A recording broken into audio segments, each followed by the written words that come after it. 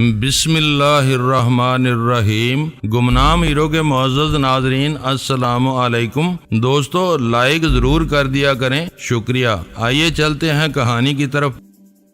سلمیٰ کی زبانی اس سے زیادہ جاننے کی نوبت نہیں آ سکی، کیونکہ جہانگیر ڈرائنگ روم سے برآمد ہو کر مجھ سے راہداری میں ہی اچانک بغل گیر ہو گیا۔ یار آج تو کوئی بڑا دن ہے کہ تم یہاں نظر آ رہے ہو۔ مجھے معلوم ہوتا کہ یہ دعا کی قبولیت کا وقت ہے تو کوئی ڈھنگ کی دعا مانگتا۔ سوچا بھی تو کیا سوچا کہ کاش تم آ جاؤ، اور تم آگے برا لگ رہا ہوں تو میں واپس چلا جاتا ہوں، کوئی دوسری دعا مانگ لو، شاید کوئی خوبصورت بنجارن آ جائے۔ میں نے اس کے کان میں سرگوشی کی۔ اس وقت سلمیٰ ہمیں معانقے میں مصروف چھوڑ کر آگے نکل چکی تھی۔ سبحان اللہ، کیسی اچھی بات کہی ہے تم نے۔ وہ جھوم کر بولا، تم غائب ہو جاتے ہو تو میں ایسی دعاؤں کو ترس جاتا ہوں۔ وہ مجھے گرم جوشی کے ساتھ اپنے ڈرائنگ روم میں لے گیا۔ سب سے پہلے تو میں ہاتھ جوڑ کر معافی چاہتا ہوں کہ میری وجہ سے تمہاری دکان کو آگ لگی۔ اسے بھول جاؤ، مجھے اس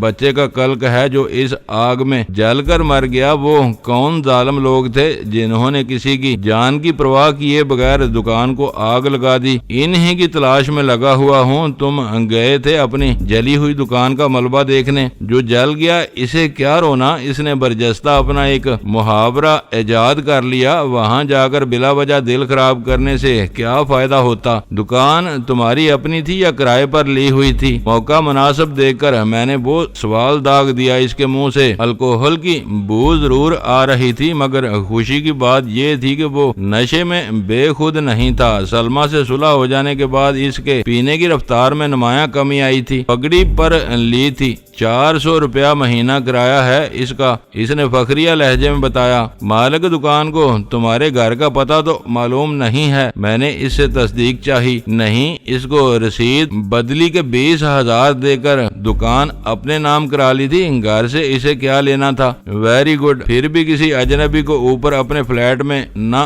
آنے دینا۔ نیچے سیکیورٹی ڈیسک کے ساتھ اول خان کا ایک مسلح آدمی بیٹھا ہوا ہے، ضرورت پیش آنے پر اسے تمہاری مدد کر کے دلی خوشی حاصل ہوگی۔ میں نے کہا، یہ سالے کون لوگ ہیں جو میرے پیچھے لگ گئے ہیں؟ اس نے برا سا منہ بنا کر پور تشویش لہجے میں پوچھا۔ دکان کو آگ لگانے کے بعد اب وہ تمہارے گھر کی تلاش میں ہیں، تمہیں کسی نئے آدمی سے ملنے کی ضرورت ہے، نہ باہر جانے کی۔ باہر تو خیر میں جاتا ہی نہیں، شراب سے سبزی تک ہر چیز سلمیٰ لے آتی ہے، اس نے بے پرواہی سے بتایا۔ خدا تم کو غارت کرے، تمہارے لیے شراب بھی وہ خرید کر لاتی ہے، میں نے ملامت امیز لہجے میں کہا۔ اسے زیادہ دور نہیں جانا پڑتا، جہانگیر نے اپنی صفائی پیش کی۔ قریب ہی ایک بلڈنگ میں کوئی میڈم رہتی ہے، بہت نیک عورت ہے۔ سلمیٰ فون کر کے جاتی ہے، اس کا آدمی گاڑی میں بوتل پہنچا کر پیسے لے جاتا ہے۔ اس کی وجہ سے مجھے آرام ہو گیا۔ اس کی زبان سے میڈم کا لفظ سنتے ہی میرے ذہن میں ایک جماکہ ہوا، اور میں نے پوچھا، اس کا نام فرزانہ تو نہیں ہے؟ فرزانہ اور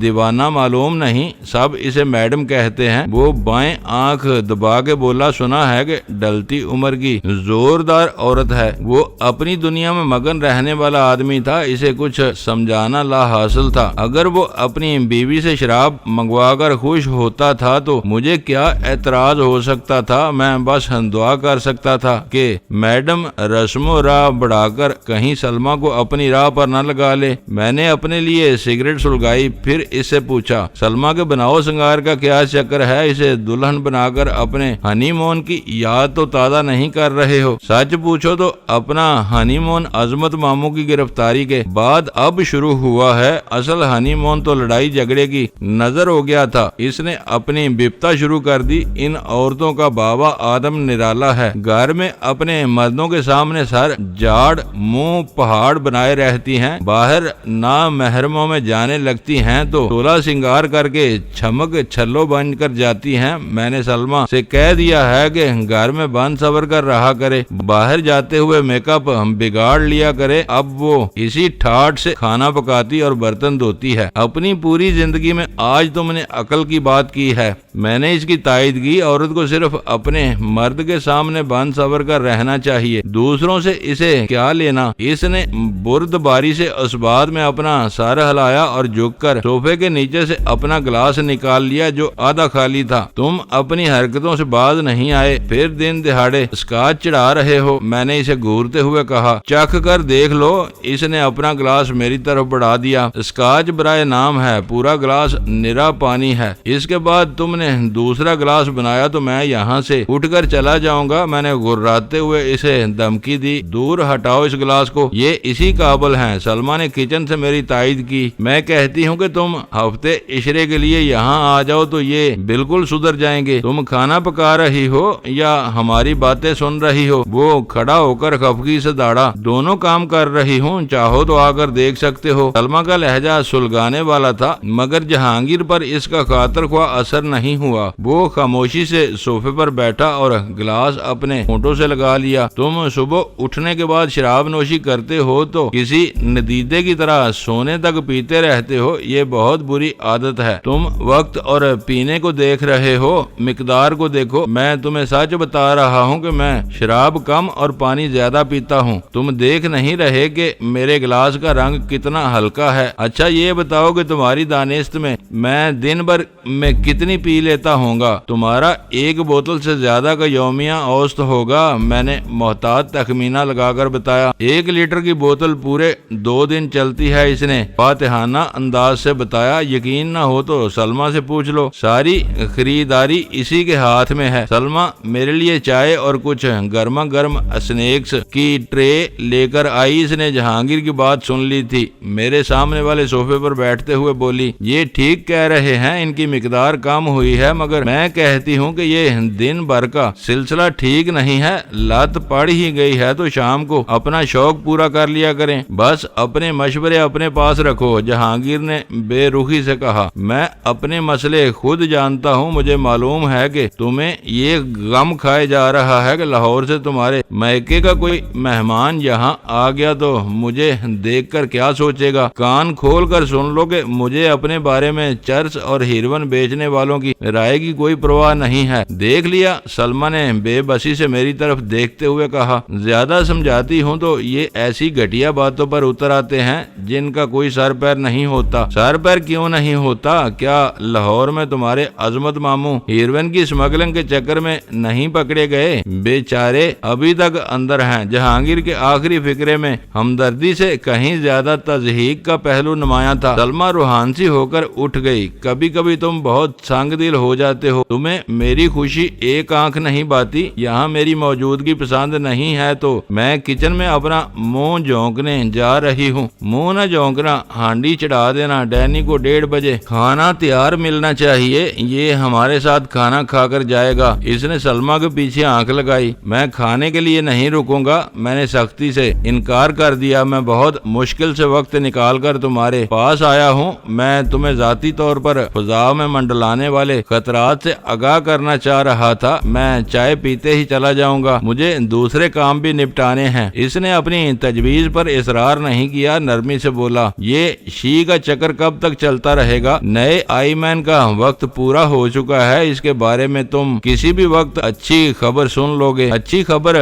کیا، خاک سن لوں گا، وہ منہ بنا کر بولا۔ 3-4 دن تک اس کے بارے میں اخباروں میں دھواں دار خبریں آتی رہیں، اب ایک لفظ بھی نہیں آ رہا۔ معلوم ہوتا ہے کہ اخبار والے اس سے ڈرتے ہیں یا پھر انہوں نے مال بٹور کر اپنا منہ بند کر لیا ہے۔ ان دونوں میں سے کوئی بات نہیں ہے۔ میں نے اسے سمجھایا، اسے بھڑکانے اور اشتعال دلانے کے لیے خبروں کا سلسلہ شروع کرایا گیا تھا۔ اب ہم نے جان بوجھ کر خاموشی اختیار کر لی ہے۔ اخبار والوں کی اس تک کوئی رسائی نہیں ہے، ان کو جو مواد مل جاتا ہے نمک مرچ لگا کر چھاپ دیتے ہیں۔ تم کہتے ہو تو میں مان لیتا ہوں، اس نے سر جھکا کر کہا۔ چائے نوشی کے دوران میں نے دیکھا کہ اپنے ہلکے گلاس سے وہ لمبے وقفوں سے چھوٹی چھوٹی چسکیاں لے رہا تھا۔ اس کے پینے کا دورانیہ پورے دن پر محیط تھا، لیکن اس کے معدے میں اترنے والی شراب کی مقدار میں نمایاں کمی آ چکی تھی۔ شاید نصف لیٹر یومیہ کے بارے میں اس نے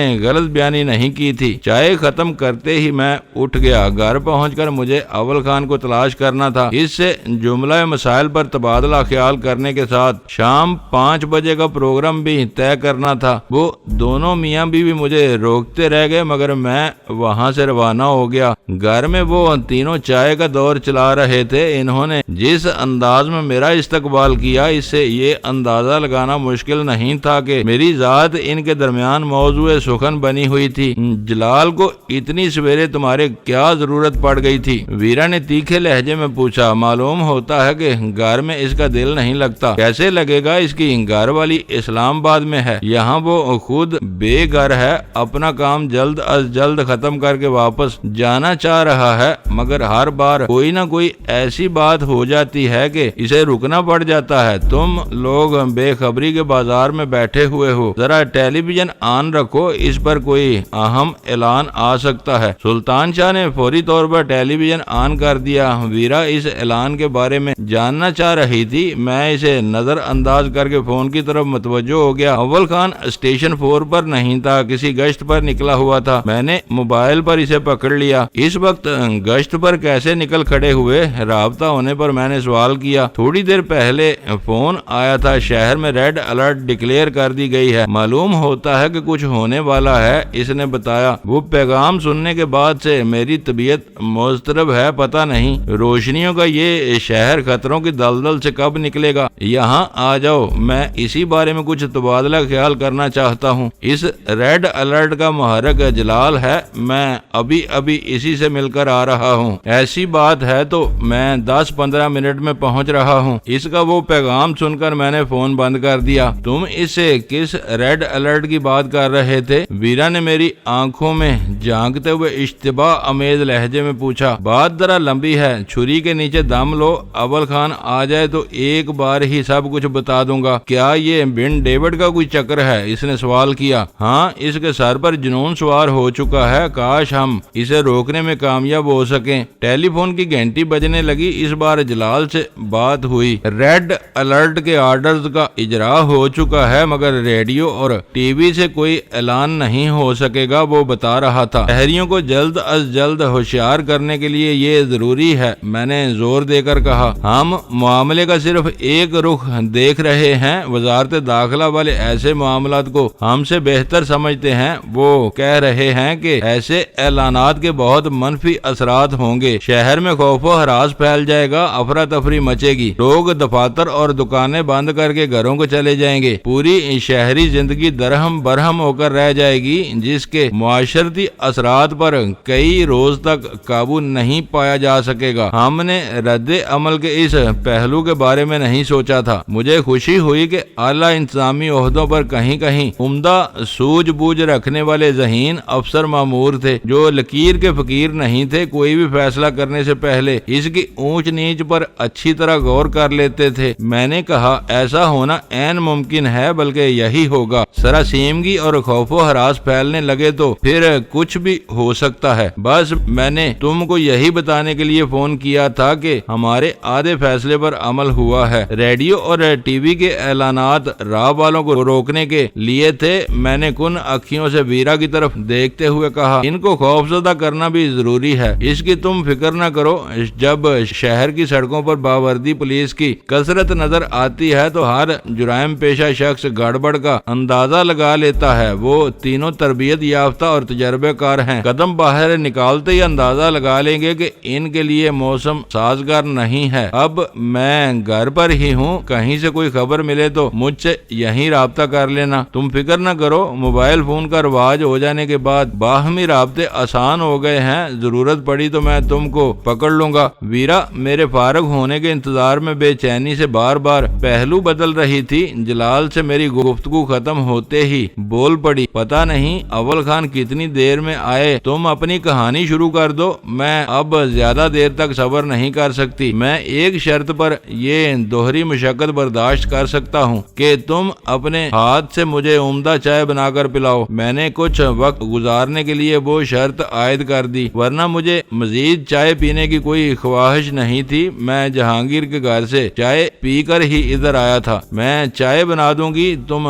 شروع ہو جاؤ، وہ بولی۔ پہلے چائے، اس کے بعد باتیں ہوں گی۔ میں دو ٹوک لہجے میں یہ کہہ کر اٹھ گیا۔ میں غسل خانے سے نمٹ کر آیا تو میرے لیے چائے تیار تھی اور ویرا منہ پھلائے میرا انتظار کر رہی تھی۔ ابھی تک ہم بن ڈیوڈ کے گرد گھوم رہے تھے۔ میں نے چائے کا پہلا گھونٹ لے کر بات شروع کی۔ اب کہانی خاصی پھیل چکی ہے۔ اچانک ڈور بیل 2-3 مرتبہ بج اٹھی اور ہم سب چونک کر ایک دوسرے کی کی شکل دیکھنے لگے۔ ہمارے پاس آنے والوں میں سے کوئی اتنا بدتمیز یا اجلت پسند نہیں تھا کہ اس طرح بار بار گھنٹی بجانا شروع کر دے۔ میں نے تیزی سے اپنی جگہ چھوڑ دی۔ سلطان شاہ میرے ساتھ تھا۔ میں نے خود کو کسی ناگہانی آفت سے محفوظ رکھنے کے لیے بہت احتیاط سے دروازہ کھولا اور پھر اول خان کو دیکھ کر بونچ کر رہ گیا۔ اس کا داہنا شانہ زخمی تھا جس سے رسنے والے خون نے اس کی پوری آستین کو سرخ کر دیا تھا۔ اس نے بائیں ہاتھ سے زخم کو دبایا ہوا تھا۔ دروازہ کھلتے ہی وہ ہم دونوں کو دھکیل کر اندر گھس آیا۔ اوہ خدایا، یہ کیا ہو گیا؟ ہمارے پیچھے سے غزالہ کی سہمی ہوئی اور تحیر زدہ آواز ابری۔ تواتر سے بجنے والی گھنٹیوں سے متجسس ہو کر وہ ہمارے پیچھے پیچھے چلی آئی تھی اور اول خان کی خون آلود آستین پر نظر پڑتے ہی پریشان ہو گئی تھی۔ کچھ نہیں ہوا، اول خان نے حوصلہ مندی سے مسکراتے ہوئے جواب دیا، بس ایک گولی بازو کی جلد کو چھوتی ہوئی گزر گئی۔ مجھے حیرت ہے کہ اس معمولی خراش سے اتنا زیادہ خون کیسے بہہ نکلا۔ مجھے اندازہ تھا کہ وہ غزالہ کی دلجوئی کے لیے جھوٹ بول رہا تھا، مگر میں نے اس کی تردید کرنے کی ضرورت نہیں سمجھی۔ گولی کا وہ زخم معمولی ہوتا تو وہ اضطراب کے عالم میں بار بار ہماری ڈور بیل ہرگز نہ بجاتا، سکون سے ایک بار بٹن دبا کر جواب کا انتظار کرتا۔ اپنے دشمنوں کے خلاف مہمات میں کئی بار ہم لوگوں نے زخم کھائے تھے اور اپنا خون بہایا تھا۔ یہ ہم پانچوں کے مقدر کی یاوری تھی کہ اپنے خون آشام اور درندہ صفت دشمنوں کی تمام تر کوششوں کے باوجود ہم سب نہ صرف زندہ تھے بلکہ کسی تکلیف دہ معذوری کے شکار بھی نہیں ہوئے تھے۔ اول خان کا وہ خون آلود زخم تازہ تھا، اس لیے سب کی توجہ اسی پر مرکوز ہو گئی۔ ویرا نے کسی پیشہ ور اور جابر نرس کے سے انداز میں اول خان کی ہر بات سنی انسنی کر کے اسے زبردستی ڈرائنگ روم کے ایک صوفے پر لٹا دیا۔ اول خان پر پہلی نظر پڑتے ہی میرے ذہن میں یہ سوال ابھرا تھا کہ اسے وہ زخم کیسے آیا، وہ کس کی چلائی ہوئی گولی کا شکار ہوا تھا، مگر وہ وقت ان سوالات کا نہیں تھا۔ اس وقت اول خان کے بازو کے زخم کی دیکھ بھال اور فوری طبی امداد کی فراہمی ہر سوال پر مقدم تھی۔ ویرا نے آستین اتارنے کے چکر میں پڑے بغیر خون آلود کپڑے کاٹ کر اول خان کا داہنا بازو برہنہ کر دیا۔ گولی اس کے بازو کی جلد اور گوشت کو پھاڑتی ہوئی گزری تھی۔ گولی ذرا اوپر لگی ہوتی تو اس کے شانے اور بازو کے جوڑ کی ہڈی کو ناقابل تلافی نقصان پہنچ سکتا تھا۔ زخم کے ارد گرد جگہ کو انگلیوں سے اچھی طرح دبانے اور ٹٹولنے کے بعد جب ویرا اور غزالہ کو اطمینان ہو گیا کہ گولی زخم میں موجود نہیں تھی تو انہوں نے ڈیٹول کی مدد سے زخم کی صفائی کر کے اس کی ڈریسنگ کر دی اور اول خان صوفے پر سیدھا ہو کر بیٹھ گیا۔ میں اس ہمدردی کے لیے تمہارا ممنون ہوں، اس نے ہنستے ہوئے کہا، لیکن اس چکر میں تم نے مجھے کارٹون بنا دیا۔ اس نے بائیں ہاتھ سے اپنے برہنہ ہاتھ اور ڈریسنگ کی طرف اشارہ کرتے ہوئے کہا، اس حالت میں لی ہوئی میری سادہ سی تصویر بھی بہترین کارٹون کا انعام جیت سکتی ہے۔ یہ ہوا کیسے؟ تم پر گولی کس نے چلائی؟ دیر سے اٹکا ہوا سوال آخر زبان پر آ گیا۔ میں سڑک پر اپنی توجہ مرکوز کیے ڈرائیونگ کر رہا تھا کہ اچانک میرے اس بازو میں آگ سی بھر گئی۔ وہ بے آواز فائر تھا۔ بخلاہٹ کی وجہ سے میں کسی طرف دھیان نہیں دے سکا، بس اتنا دیکھ سکا کہ گہرے نیلے رنگ کی ایک کار بہت تیزی کے ساتھ میرے برابر سے گزر کر آگے نکلتی چلی گئی۔ اس وقت آغا خان ہسپتال والی سڑک خالی تھی۔ مجھے شبہ ہے کہ مجھ پر اسی نیلی کار سے گولی چلائی گئی تھی۔ اول خان نے مزے لے کر مسکراتے ہوئے جواب دیا،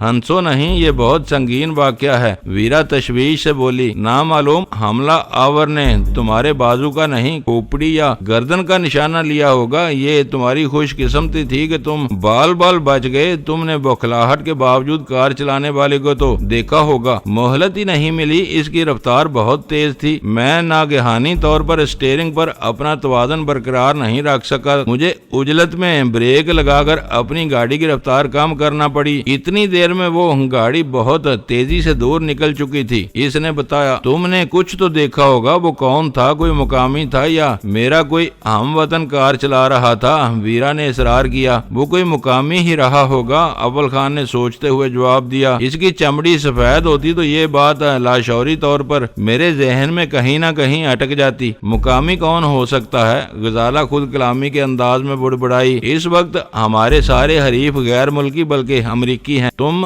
راہ والوں کو فراموش کر رہی ہو، ویرا نے یاد دلایا۔ ان ان دنوں وہ بھی امریکیوں کی مدد کر رہے ہیں۔ آپ ذرا سی دیر پہلے کہانی کے پھیل جانے کی بات کر رہے تھے۔ غزالہ کو اچانک بھولی ہوئی بات یاد آ گئی۔ ہاں، اب تو تم میرے ہاتھ کی بنی ہوئی چائے بھی پی چکے ہو۔ ویرا نے اس کا ساتھ دیا۔ اپنی کتھا سناؤ تاکہ ساری کڑیاں یکجا ہو سکیں۔ واقعات نے پھیلاؤ اختیار کیا ہے تو پھر کہیں سے کوئی نہ کوئی سراغ بھی مل سکتا ہے۔ ویرا صحیح کہہ رہی ہے، یہ ریڈ الرٹ کا کیا چکر چل پڑا ہے؟ اول خان نے اپنی تکلیف کو بھول کر پوچھا۔ میں نے اپنی کہانی چھیڑ دی۔ اس کی ابتدا معمولی سی تھی۔ میری اور جلال کی ملاقاتیں ہوتی رہتی تھی، ان میں کوئی نئی بات ضرور سامنے آتی تھی، اور جب اس روز کے واقعات سامنے آنے شروع ہوئے تو حیرت سے ان چاروں کی آنکھیں پھیلتی چلی گئیں۔ وہ سب اس قدر پرتجسس تھے کہ ان لوگوں کے لیے خاموش رہنا محال تھا، مگر میں نے سختی کے ساتھ انہیں اپنی گفتگو میں مداخلت سے روک دیا۔ میں نے شہر میں ہنگامی حالات کے اعلان سے محکمہ داخلہ کے انکار کی تفصیل بتاتے ہوئے اپنی بات ختم کی تو ویرا نے پوچھا، شاید تمہاری بات مکمل ہو چکی ہے، اب ہمیں سوالات کرنے کی اجازت مل جانی چاہیے۔ حیرت ہے کہ اتنا کچھ ہو گیا اور ہم بے خبر بیٹھے ہوئے ہیں۔ میں نے مسکراتے ہوئے سگریٹ سلگائی اور اپنے سر کی خفیف سی جنبش سے اسے مزید بولنے کی اجازت دے دی۔ چوپڑا اور وجے دونوں جلال کی قید میں ہیں۔ وہ ان سے باز پرس بھی کر چکا تھا، پھر اس نے M50 کی تلاش کی ضرورت کیوں محسوس نہیں کی؟ ویرا نے ترشی سے پوچھا۔ تمہارا یہ سوال نہایت احمقانہ ہے، اس کا جواب جلال دے سکتا ہے، اس سوال کا جواب کوئی نہیں دے سکے گا۔ اول خان نے میری بات کاٹ کر وضاحت کی۔ وجے نے جلال کو اپنے M50 کی تلفی کے بارے میں بتایا اور جلال نے فرض کر لیا کہ وہ حساس مواصلاتی آلہ تباہ یا غائب ہو چکا ہوگا۔ اس نے یہ نتیجہ اخذ کرنے میں کوئی غلطی نہیں کی۔ اس کی جگہ میں ہوتا تو شاید میں بھی یہی رائے قائم کرتا کہ M50 میرے ہاتھ نہیں آ سکے گا۔ میرا خیال ہے یہ بالکل غیر متعلقہ سوال ہے، غزالہ بولی۔ میں یہ سمجھنے سے قاصر ہوں کہ ہر ٹیڑھی بات ڈینی کو ہی کیوں سوچتی ہے۔ ویرا کی آواز پر بدمزگی کا عنصر غالب تھا۔ یوں محسوس ہوتا ہے جیسے ہر شخص اپنی دکان سجائے صرف ڈینی کی آمد کا منتظر رہتا ہے۔ یہ وہاں جاتا ہے اور اپنی پسند کی چیز چن لیتا ہے جو اتفاق سے اہم ترین ہوتی ہے۔ دوستو، ویڈیو کو لائک ضرور کر دیا کریں۔ ISI پاک آرمی زندہ باد، پاکستان پائندہ باد۔ معزز ناظرین، اپنا خیال رکھیے گا اور اپنے اس چینل کا بھی شکریہ۔